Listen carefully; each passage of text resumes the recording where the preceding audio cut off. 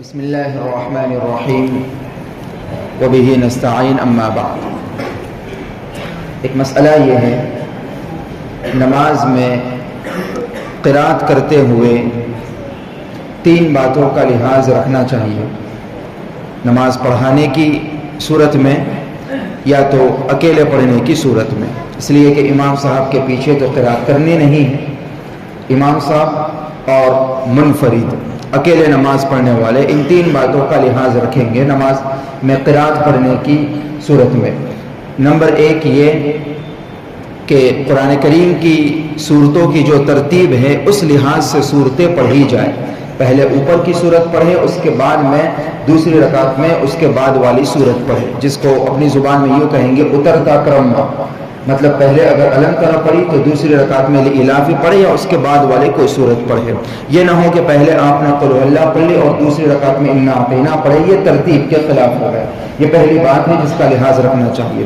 دوسرا یہ ہے کہ پہلی رکعت میں تھوڑی سی قرات لمبی ہو دوسری رکعت کے مقابلے میں، اس کے خلاف یعنی پہلی رکعت میں مختصر ہو اور دوسری رکعت میں بڑی صورت ہو، زیادہ مقدار ہو، ایسا نہیں کرنا چاہیے۔ مثال کے طور پر پہلی رکعت میں انا اعطیناک الکوثر پڑھ لی اور دوسری رکعت میں قل یا ایھا الکافرون پڑھی تو پہلی رکعت مختصر ہو گئی اس میں قرات اور دوسری رکعت کی قرات طویل ہو گئی۔ تو اس بات کا دوسرے نمبر پر لحاظ رکھنا چاہیے کہ دوسری رکعت کے مقابلے میں پہلی رکعت میں قرات تھوڑی زیادہ ہو، برابر ہو تو بھی چلے گا، مگر یہ لحاظ رکھنا چاہیے کہ پہلی کے مقابلے میں دوسری لمبی نہ ہو جائے۔ اور تیسرا اس بات کا خیال رکھنا چاہیے کہ آخری جو صورتیں ہیں، خاص طور سے القاریہ اور الہاکم التکاثر کے بعد میں ان صورتوں کے پڑھنے میں اس بات کا لحاظ رکھنا چاہیے کہ درمیان میں کوئی ایک صورت چھوڑ کر اس کے بعد والی صورت نہ پڑھی جائے۔ مثال کے طور پر پہلی رکعت میں علم طرف پڑھی، دوسری رکعت میں پھر ارائیت الذی نہ پڑھے، بیچ میں ایک صورت نہ چھوڑے، دو چھوڑے تو چلے گا مگر صرف ایک صورت چھوڑنا، علم طرح کے بعد میں الافی چھوڑ کر دوسری رکعت میں ارائیت الذی پڑھنا یہ مکروہ ہے۔ تو اس بات کا لحاظ رکھنا چاہیے کہ جو آخری میں چھوٹی چھوٹی صورتیں ہیں اس میں درمیان میں ایک صورت نہ چھوڑی جائے۔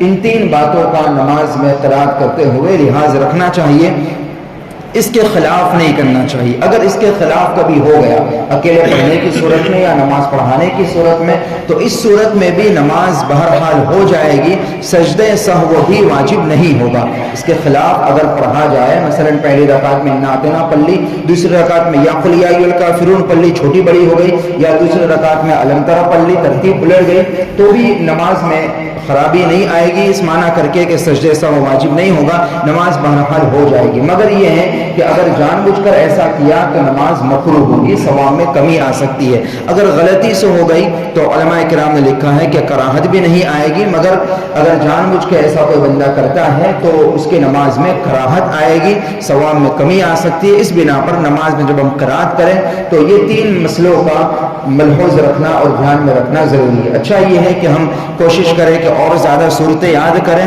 صرف علم طرح سے والناس تک ہی نہ ہو، بلکہ بہتر یہ ہے کہ ہر مسلمان ہو سکے تو 30واں پارہ مکمل یاد کرے۔ اللہ کا شکر آپ کے پاس موقع ہے، الحمدللہ بہت سارے نوجوان لڑکے ایسے ہیں بڑی عمر کے بھی ہیں جنہوں نے مکمل 30واں پارہ مکمل کر لیا، اور اس کے علاوہ بہت ساری صورتیں، تو آپ کوشش کریں 30واں پارہ مکمل یاد کر لیں۔ آخری درجے میں والضحیٰ سے لے کر والناس تک کی صورتیں یاد کریں، اور اس کے علاوہ قرآن شریف کی اور بہت ساری ایسی مشہور آیتیں ہیں جو آپ کو یاد بھی ہوگی، تھوڑی سی کوشش یاد ہو جائے گی۔ آیت الکرسی ہے، آمن الرسول کی دونوں آیتیں ہیں، ربنا لا تزغ قلوبنا والی دونوں آیتیں ہیں، اور اسی طرح رب اجعلنی مقیم الصلاۃ تیرے بارے میں وہ دونوں سلنگ آیتیں وہ آپ ایک رکعت میں پڑھ سکتے ہیں۔ هو اللہ الذی والا رکوع ہے۔ اس طرح کے بہت سارے قرآن پاک کے مقامات ہیں کہ آپ وہ آسانی سے یاد بھی کر سکتے ہیں، اور وہ یاد کر کے آپ اپنی سنتوں اور نوافل میں پڑھ بھی سکتے ہیں۔ آپ یقین مانیے علم تر والناس یہ جو صورتیں ہم پڑھتے ہیں اس کے علاوہ اور چیزیں یاد کر کے پڑھنے کی کوشش کریں گے، آپ دیکھیں گے نماز میں ایک لطف آئے گا، نماز میں جان پیدا ہوگی۔ اللہ تعالی ہم تمام کو توفیق عطا فرمائے۔